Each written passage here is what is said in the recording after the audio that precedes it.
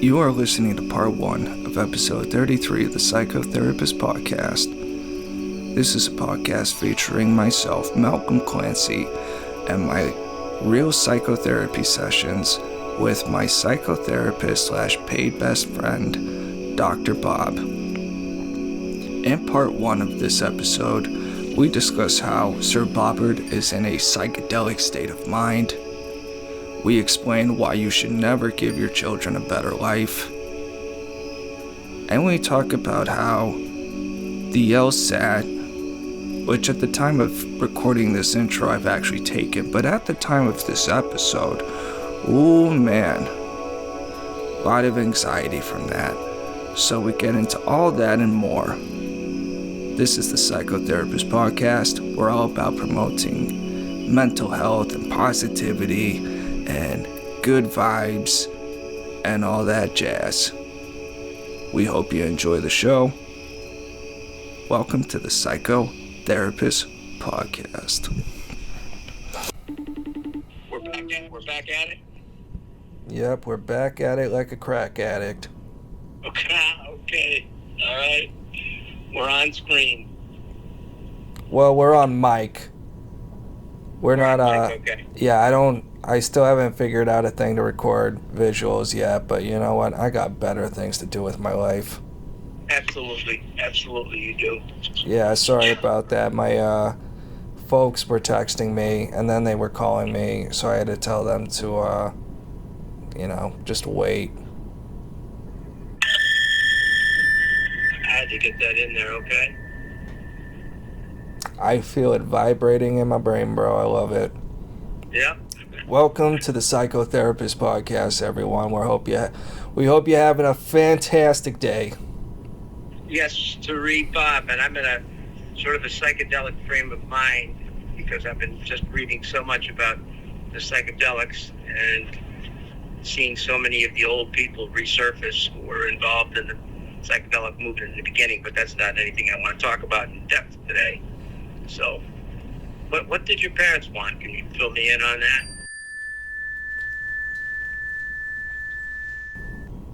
Yeah. Like we FaceTimed about it. Do you see an increase in their anxiety? Probably. Yeah. I sense it. I don't sense it. I more than sense it. I see it. It's like that. It's like that line out of the third Lord of the Rings movie. Fear. The household stinks of it. Oh, I'm gonna have to censor that, but whatever. Yeah. Note to self. So the Clancy household. Whoops. Yeah. Let's assume that they're nervous or anxious about you getting your studying in. Because I got a call from your mother this morning. The other day she sent me I don't know, maybe like a couple other things, but it's just nothing I haven't known and haven't been through, and I feel like when I listen to these podcasts, this comes up every flippin' episode. Okay. Do you, when they ask you questions, or I ask you a question that they sort of prompted me to ask you, I gather, do you feel your anxiety level increase? Sometimes depends. It's really more just annoyance than anything. Okay. So it's not like it's stirring something up. It's, where you're saying to yourself, holy shit, I got to get going on this, or I haven't been keeping up to date with this. It makes me want to do it less, so that's why I really just don't want to engage with them. Okay. So that's always sort of been your qualitative response is, piss me off, bug me, and it's going to turn me off even more. Doesn't mean I'll necessarily won't do it. Right. But it will, it hurts my motivation. There it is. Okay. And this is a long-standing dynamic. No kidding. Yeah. The little insight from your therapist. This is one, I would say, long-standing dynamic between parent and child, regardless of what stage you're at or what age you're at. And also, well, the the social climb and legacy and all the unspoken things, But that's my armchair psychoanalysis. What was it? What was the social climb? Um, being, well, for one thing, it's just the general thing of that's I think where America got into a little trouble is when the boomers did a little too well, but they wanted their kids to have a better life. Well, it's like, well, if you've already gone to like Duke or an attorney or whatever, it's like, Yep. Maybe I don't need a better life, maybe just a good one, That's an excellent thought. Have you ever said that to them? Well, I've never really thought of it that way till just now, to be honest. Because that's the way a lot of people talk these days. People who think like you and me talk exactly that way. And I call enlightened people, certain people I think are kind of enlightened, like Tucker Carlson has guests on like that all the time. The guy who wrote Hillbilly Elegy or whatever ran for office recently. That's exactly the way he talks. Yeah, J.D. Vance, I haven't paid any attention to him for years, but I did read Hillbilly Elegy, which I liked. How did he do in his run? He didn't win. He basically got bought out. The other person got so much money from George Soros and others that Vance didn't stand a chance. Well, that sounds like politics as usual. Yep. But he often brings up that point, that this is really a cultural phenomenon, that the baby boomers did so well, and the bar was set so high that it puts a lot of pressure on the next generation, their kids, to kind of perform or excel, really, at a level, if not as higher than what their parents did. That's what you're describing. Yeah, I mean, I do think it could be a source of a lot of unhappiness in, the United States or whatever, where, or at least amongst, my generation or the younger generations, like, obviously not everyone's parents is going to be a doctor or whatever, but, I would say, I don't have any hard statistics, but compared to previous generations, I think there's been a proliferation of that sort of, more well-off class, I guess. Not like rich people on yachts, but, like, whatever. But, at least within my cadre cohort, how I grew up, that was just the automatic expectation, unthinking, not even questioning that you would go to college. Right. And I don't think it would have been necessarily bad for me to have gone to college at 18, but I think I should have explored questions like, why should I go to college? And maybe give it a little thought before sinking all that money in and not even really realizing or understanding the consequences of that. Yeah. But hey, although at the time people weren't thinking that way. Well, at the time, it was the obvious investment.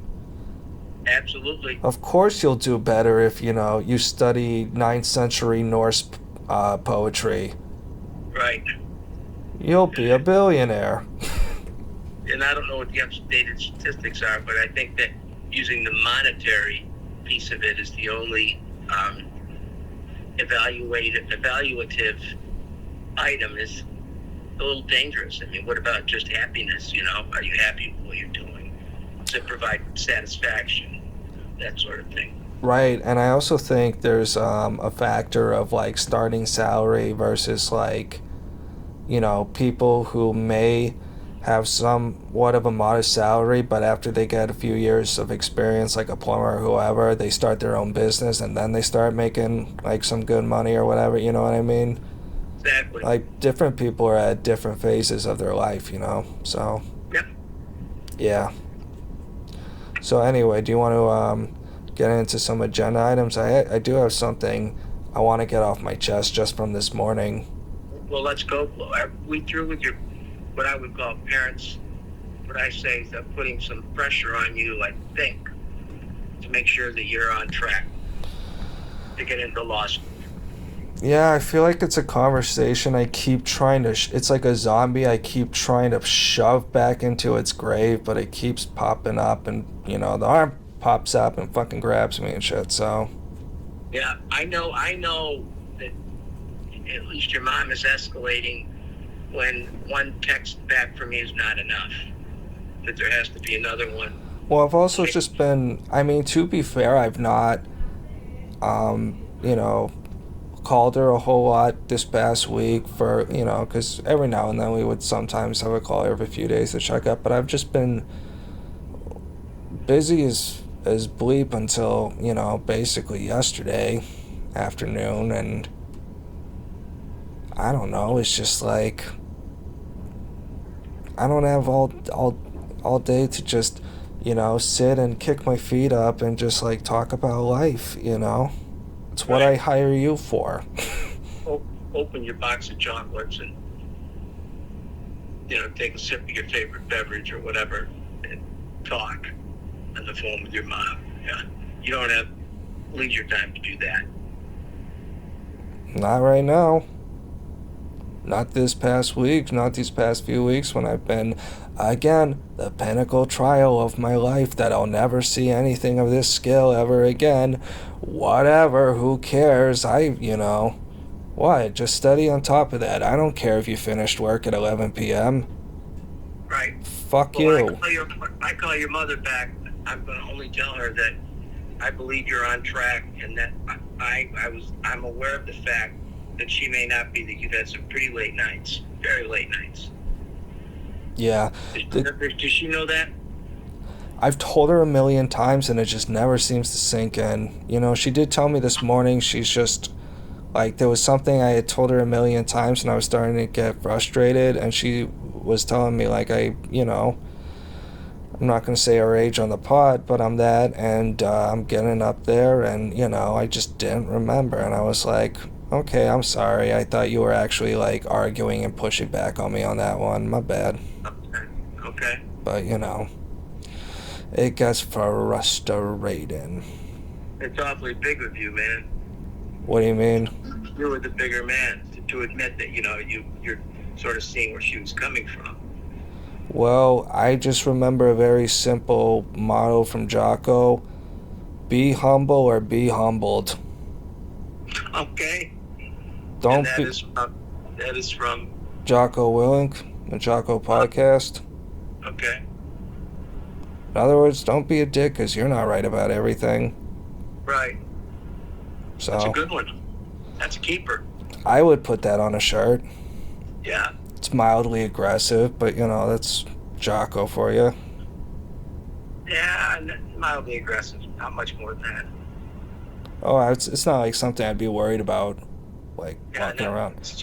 Certainly not vicious. No, not at all. All right, we got sidetracked, so let's get back to where you were coming from. Are you talking about the thing off my chest or something else?